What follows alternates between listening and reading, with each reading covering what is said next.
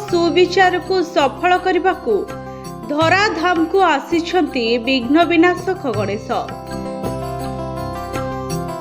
एथिपाई गांठू सहर सबुठी चलचंचल। विभिन्न क्लब पाखरु आरंभ करी शिक्षानुष्ठान मानकरे गणेशଙ୍କ पूजा को सरस सुंदर करबा पई लागि पड़िछंती लोके। राज्यर विभिन्न स्थान रे चलीछि जोरदार प्रस्तुति।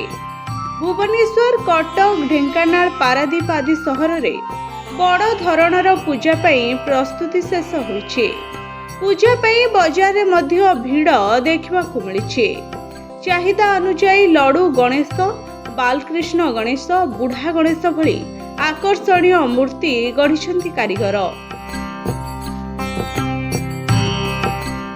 गहली को आखि आगे रखी पुलिस प्रशासन एवं केंद्रीय गणेश पूजा कमिटी पक्षरु व्यापक व्यवस्था पाई प्रस्ताव ग्रहण होइछे।